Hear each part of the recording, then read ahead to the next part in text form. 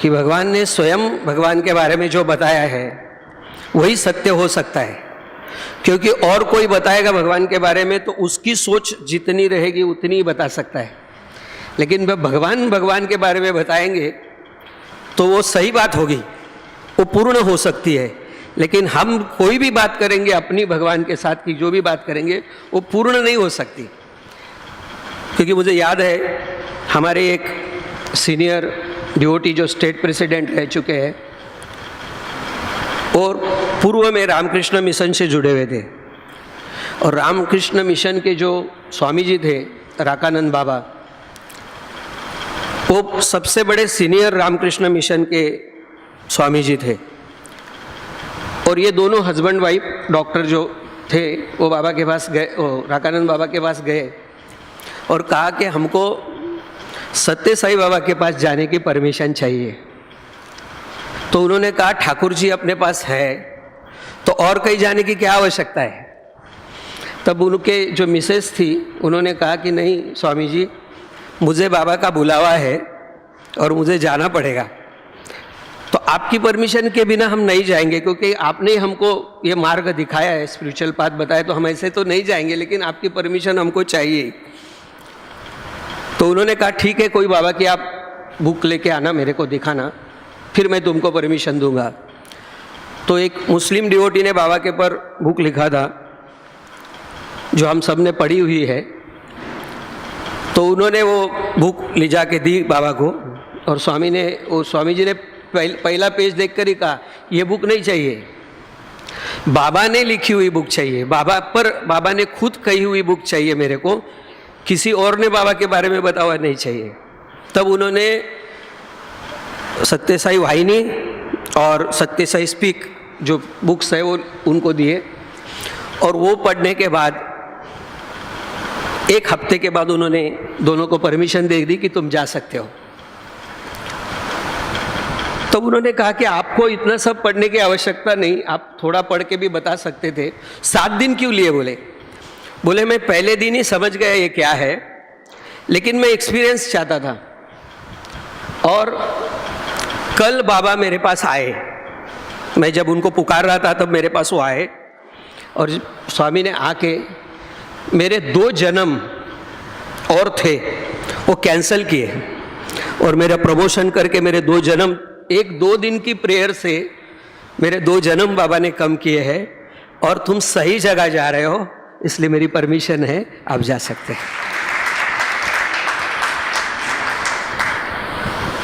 मतलब भगवान के बारे में बताना है तो भगवान ने जो बताया है वही बता सकते हैं हम।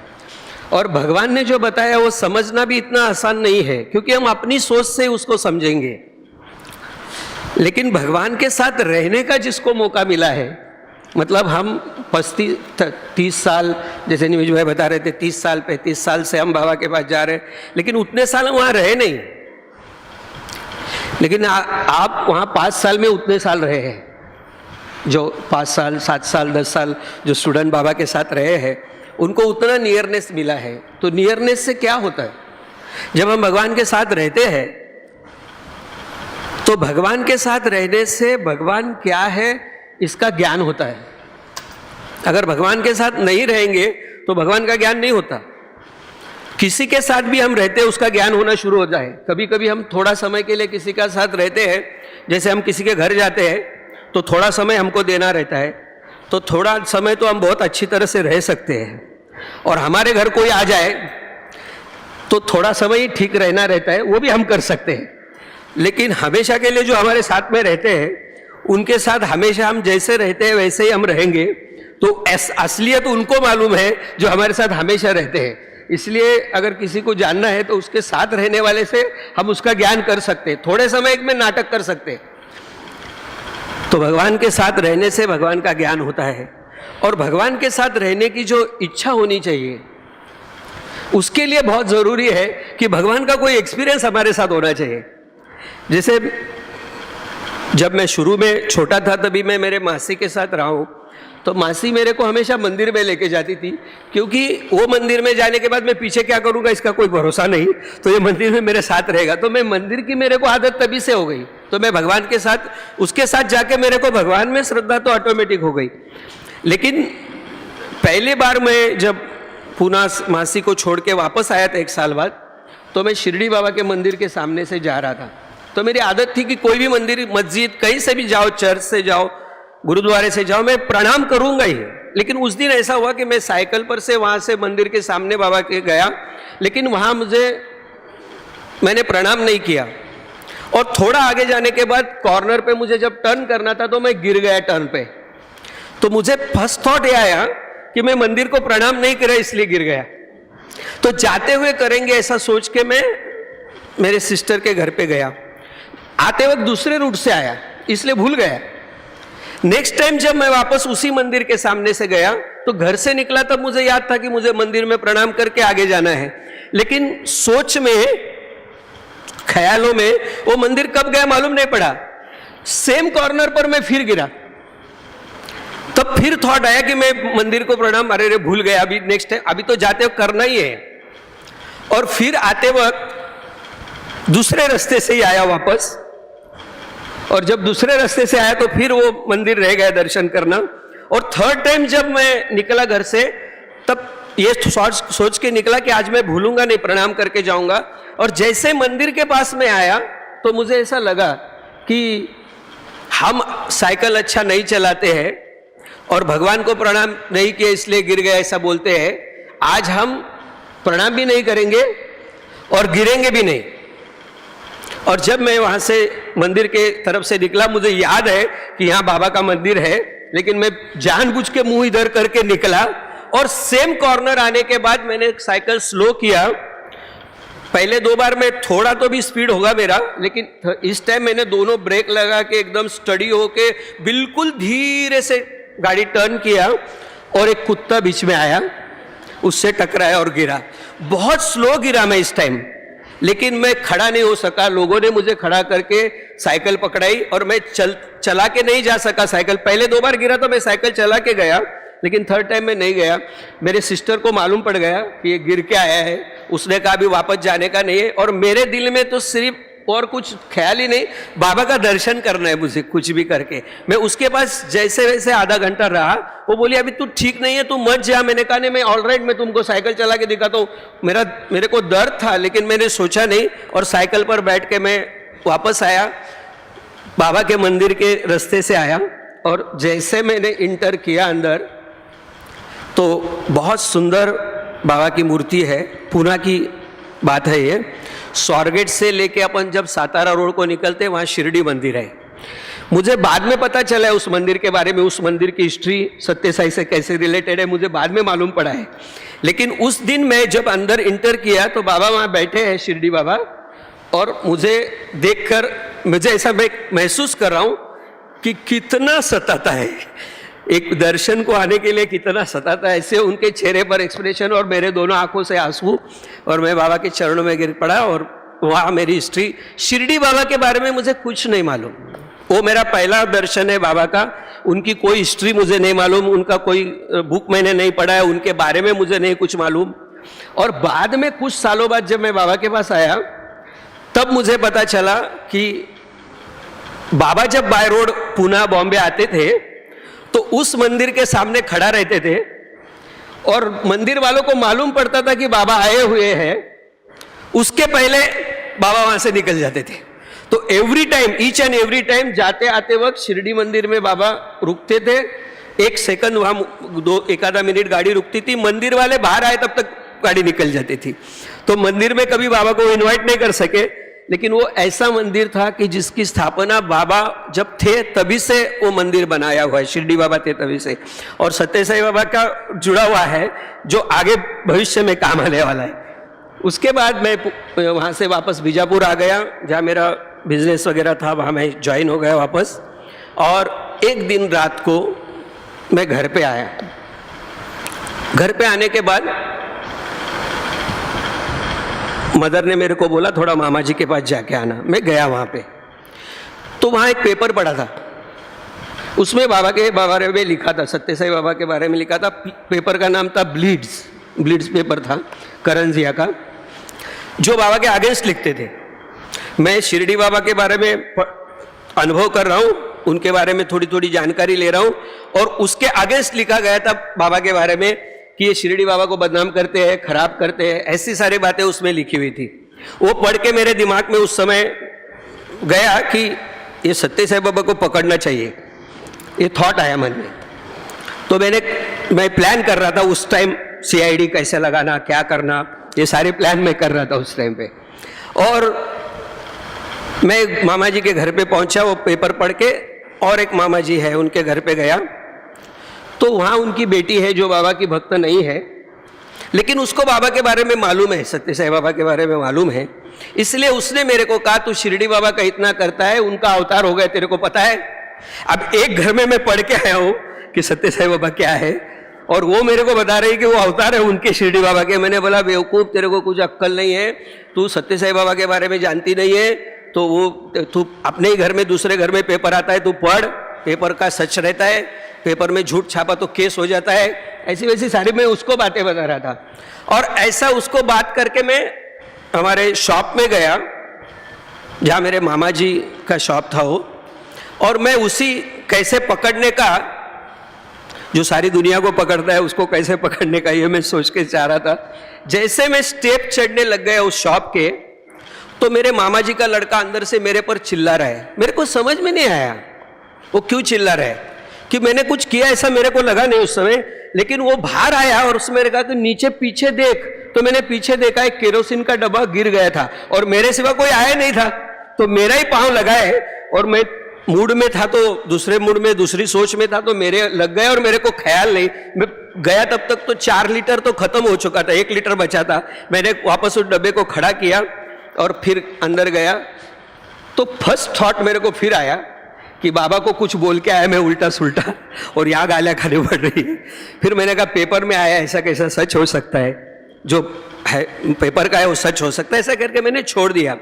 और 1-2 महीने बीच में गए होंगे, फिर ऐसे में वो मामा जी के घर पे गया था, तो वो फिर मेरी बहन है जो मामा जी की लड़की है, उसने फिर मेरे को कहा कि मुरली तू इतना शिरडी बाबा का करता है, पानी भी नहीं पीता है उसके बिना, तो तू एक बार सत्य साई बाबा का तू सोच, ऐसा मेरे को कहा। मैंने तू, तेरे को थोड़े दिन पहले मैंने गालियाँ दी, तेरे को समझ में नहीं आता, अक्ल नहीं तेरे को। तो फिर मेरे को उसने कहा कि नहीं, तेरे को ऐसे समझ में नहीं आएगा, तेरे को जब बाबा समझाएंगे तभी समझ में आएगा। वो बाबा की ड्यूटी नहीं है, लेकिन उसको मालूम है सत्य साई बाबा शिरडी बाबा क्या अवतार है, उसको मालूम है। फिर मैं शॉप में गया और फिर मैं वो स्टेप चढ़ने लगा, और मामा जी का लड़का वहां से मेरे को सेम गालियां दे रहा है। तो फिर मेरे को थॉट आया कि कुछ गड़बड़ है। फिर मैंने इमीडिएट पीछे देखा तो केरोसिन का डब्बा गिरा था।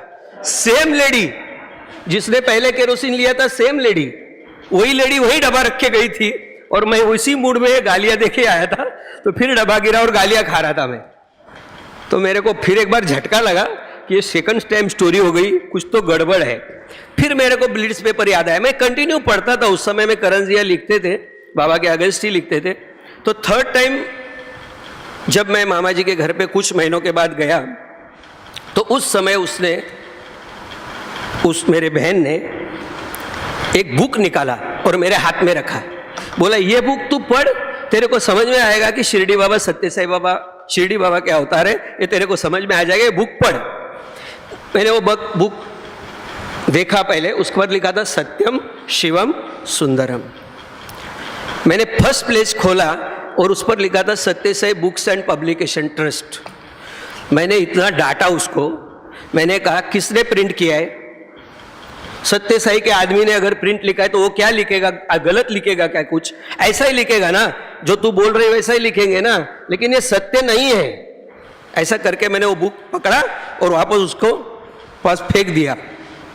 मैंने कहा अब शॉप नहीं जाएंगे, शॉप जाएंगे किसी भी कारण केरोसिन का डब्बा गिरेगा, शिरडी बाबा तो पहले से है ही, एक सत्य साई बाबा अपने पास आ जाएगी।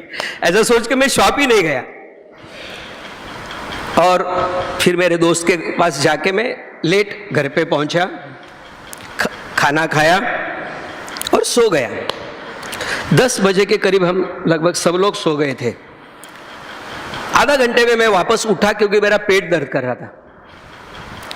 जब पेट दर्द करने लग गया तो थोड़ी देर मैंने सोचा कि खाना खा के इमीडिएट सो गए इसलिए दुख रहा होगा। लेकिन वो पेन बढ़ रहा है। तो मैंने आधा घंटे के बाद मेरे भाई को उठाया, बड़े भाई को, कि मेरा पेट बहुत दर्द कर रहा है। तो उसने मेरे को कहा कि चल मैं तेरे को 2 गोली देता हूँ। उसको कुछ गोली मालूम था, वो 2 गोली मेरे को उसने दे दिया। वो मैंने खाया, एक आधा घंटा और पास हो गया, लेकिन कोई इफेक्ट नहीं, दर्द बढ़ रहा है। तो थर्ड टाइम फिर मैंने 1 घंटे 1.5 घंटे के बाद फिर उसको उठाया और मैंने कहा भैया तुमने गोली दिया ना, उससे मेरा पेन बढ़ा है, कम नहीं हुआ। तो उसने कहा कि चल डॉक्टर के पास चलते हैं। मैंने कहा मैं डॉक्टर के पास जाने के कंडीशन में नहीं हूँ, मैं 1 कदम भी नहीं चल सकता, इतना दर्द हो रहा है भैया। और उसको ये मालूम है कि मुरली सेकंड टाइम उठा रहा है तो इसको रियल में बहुत दर्द हो रहा है, नहीं तो ये उठाएगा नहीं। अगर बेयर करने जैसा है तो ये खुद करेगा, उठाएगा नहीं। फिर वो हमारे जाके फैमिली डॉक्टर को लेके आया 12:30 बजे, और 12:30 बजे आके उसने चेक किया। उसको क्या समझा मालूम नहीं, उसने भी कुछ गोलियां दी और वो चला गया 1 बजे। आधा घंटे के बाद मुझे लगा कि ठीक हो जाएगा, लेकिन ठीक हुआ नहीं। तो फिर मैंने उसको 1:30 बजे फिर उठाया। मैंने बोला मेरे को बहुत दर्द हो रहा है भैया। तो बोला फिर मैं गाड़ी लेके आऊँ तो चलेगा गाड़ी में? मैं बोला मैं भैया नहीं जा सकता, आप डॉक्टर को यहाँ लेके आइए। तो वो फिर हमारे फैमिली डॉक्टर के पास गया, जिसकी प्रैक्टिस रात को 2:30 से 3 बजे तक चलती है। पैसा लेता नहीं है, वो प्रैक्टिस करता है। जिसको देने का है उधर एक डब्बा रखा है, उसमें डब्बे में डालना। कोई 4 आने डालते थे, उस टाइम पे चलते थे वो, कोई 10 पैसे भी डालते थे, लेकिन वो सबको ट्रीटमेंट एक जैसा करता था। रात को 2:30-3 बजे तक प्रैक्टिस कर घर पे जाएगा, फिर स्नान करेगा और फिर उसको वो मंत्र वगैरह करने के बाद, शिव की पूजा करने के बाद फिर खाना खाएगा, ऐसा उसका सिस्टम था। लेकिन वो घर पे नहीं गया, पहले मेरे पास आया और कहा क्या क्यों बुड्ढे को तकलीफ देता है? मैं बोला डॉक्टर मेरे को बहुत तकलीफ है। तो उसने बोला आज सुबह से क्या क्या खाया? मैंने बोला बाहर आइसक्रीम खाया। तो उसने कहा कि आइसक्रीम खाया, गांव में कॉलरे का साथ है और तू आइसक्रीम खाता है बाहर जाके। मैं बोला मेरे को नहीं मालूम, लेकिन मेरी मामा जी की लड़की और बहन मासी की लड़की, हम तीनों गए थे, उनका नहीं होता, मेरे को अकेले को क्यों होता है? ऐसे मैं उनके साथ बात कर रहा था। लेकिन लास्ट में डॉक्टर ने 2 इंजेक्शन दिए और कहा कि इसको सुबह तक पानी नहीं पिलाना, सुबह मैं इसको चेक करूंगा, उसके बाद इनको पानी पिलाना। ऐसा करके वो 3-3:15 बजे वो गए। मैं थोड़ा यूज़ हो गया था उस दर्द को। और थोड़ी देर के बाद मैं ऐसे सोया था तो पीछे साइड में देखा बहुत सारी देवताओं की फ़ोटो वहाँ पे लगाई हुई है, क्योंकि वहाँ पहले शॉप था, हमने किराए पे जिसको दिया था उसका शॉप था, और बहुत सारे देवताओं के फोटो थे। मैंने देखा उसमें छोटा सा एक बाबा का फोटो है। तो मैं उस फोटो को देख के सोचने लग गया, आज बहुत गालियां दी है, इनका बुक भी फेंका है, कहीं उसका तो इफेक्ट नहीं है, दर्द हो रहा है, ऐसा थॉट आया जस्ट मेरे को।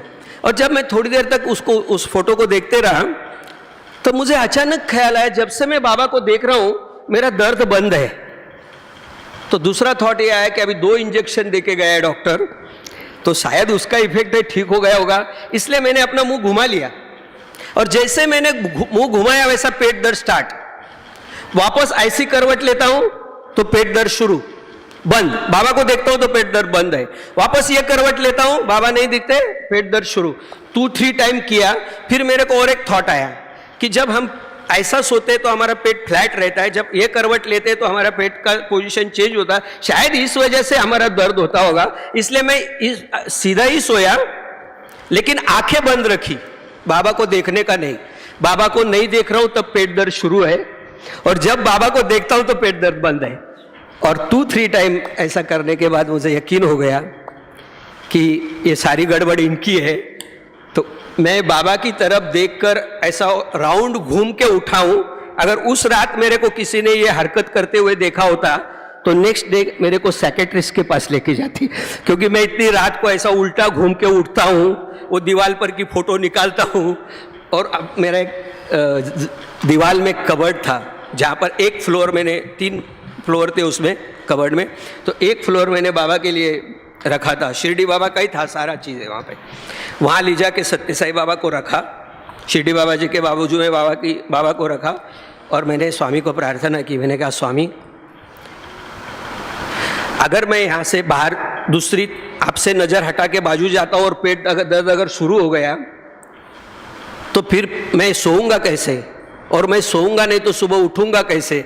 और सुबह उठूंगा नहीं तो आपकी प्रार्थना कैसे करूंगा, आपकी पूजा कैसे करूंगा? इसलिए अब मैंने मान लिया ना कि आप शिरडी बाबा के अवतार हो, तो मैं अभी, मेरे को अभी आप इससे मुक्त करिए, आपको देखने के बाद ही पेट दर्द बंद, इससे मुक्त करिए।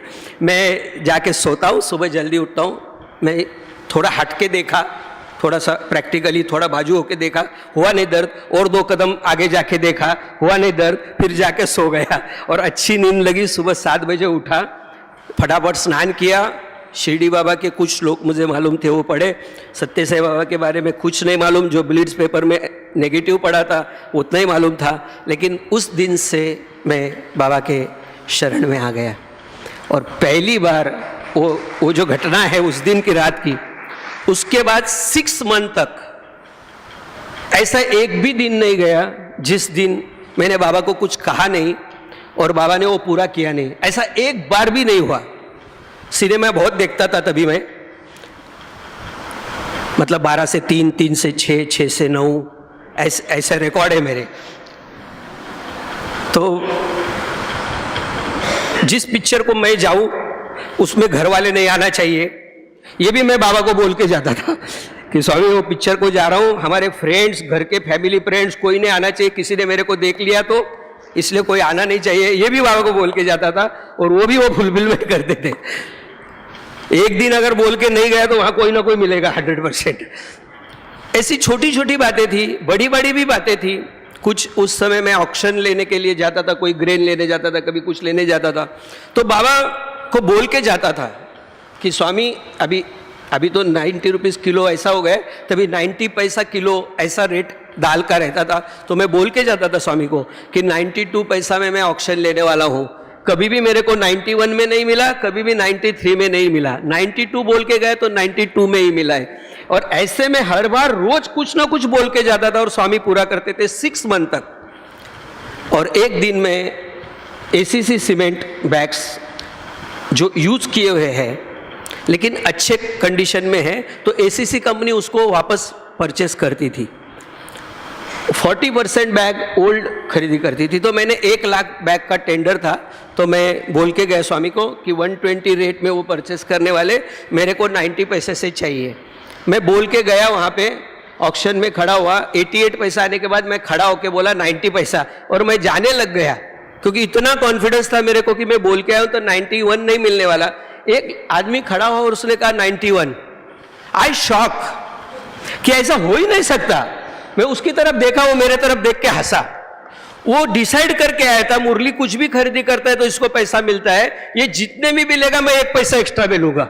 वो डिसाइड करके आया था। तो उसने 91 बोला और मेरे को देख के वो जैसा चिढ़ाने जैसा हंसा, इसलिए मैंने कहा 92, 95, 96, 97, ऐसा करके 110 को उसने डिमांड किया। और मैं होश में आया कि 120 में बेचना है, कुछ उसके पर प्रोसेस करना पड़ता है, खोलना पड़ता है, वापस कुछ खराब भी उसमें निकलता है। ऐसा सोच के मैंने, वो तो 10 पैसा तो खर्चा ही है, तो 120 में देंगे तो मिलने वाला कुछ नहीं है, तो नहीं चाहिए, ऐसा कहीं मैंने छोड़ दिया। उसने 110 में परचेस किया।